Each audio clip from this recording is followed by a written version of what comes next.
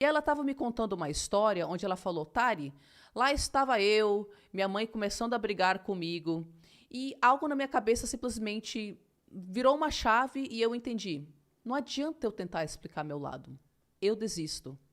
E ela, inclusive, falou para a mãe dela, falou: mãe, tudo bem que você pensa assim, eu penso de forma diferente, mas não adianta eu explicar o meu lado. A gente pode fazer dessa outra forma aí. Mas enquanto você estiver falando comigo com esse tom de voz, a gente não vai te visitar, porque eu não vou levar minhas filhas para serem xingadas e para elas verem as pessoas brigando. E foi assim que a minha paciente decidiu lidar com a situação. Ela simplesmente desistiu.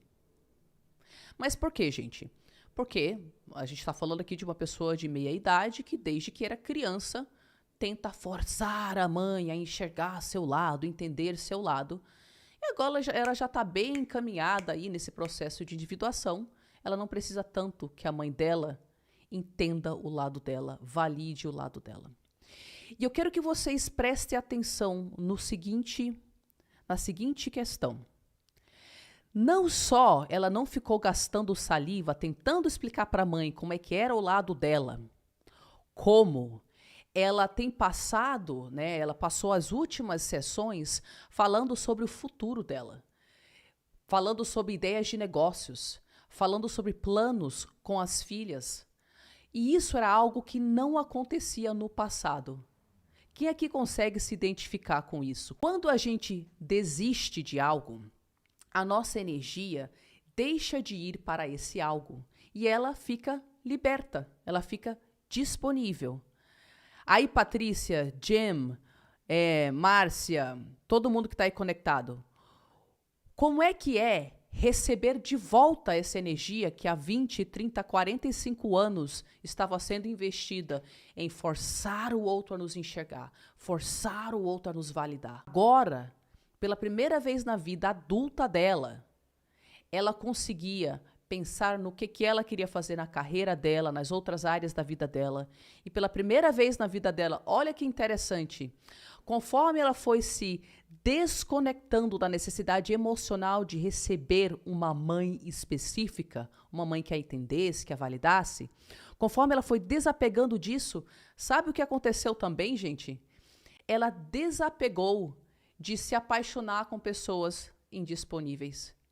No início, nossas sessões eram tudo sobre alguma pessoa por quem ela estava apaixonada, e se essa pessoa reagia a ela ou não, se dava atenção ou não. Todos os pensamentos eram consumidos por isso, por essas questões amorosas.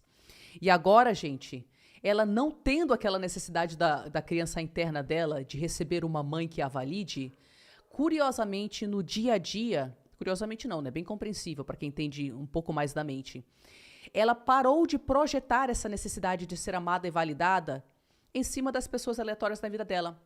E ela deixou de ser uma pessoa obcecada por relações. E quem conseguiu perceber que quando a gente satisfaz a nossa necessidade da nossa criança interna de validação, acolhimento, e quando a gente faz as coisas corajosas que adultos têm que fazer para que crianças internas se sintam protegidas, porque adulto tem que bancar ser adulto, e assim a criança interna para de ser tão carente, acontece um negócio dentro da gente e a gente não precisa mais ficar obcecado com aquele relacionamento ou com questões amorosas. Isso que acontece quando a gente se individua. Por isso que eu falo tanto de individuação.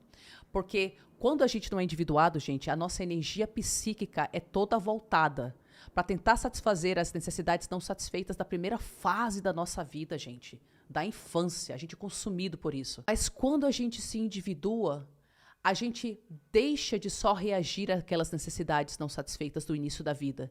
E a gente tem energia psíquica para finalmente se perguntar: oxe, o que eu quero da minha vida se não é ficar obcecada com relacionamentos que não me dão o que eu preciso, né?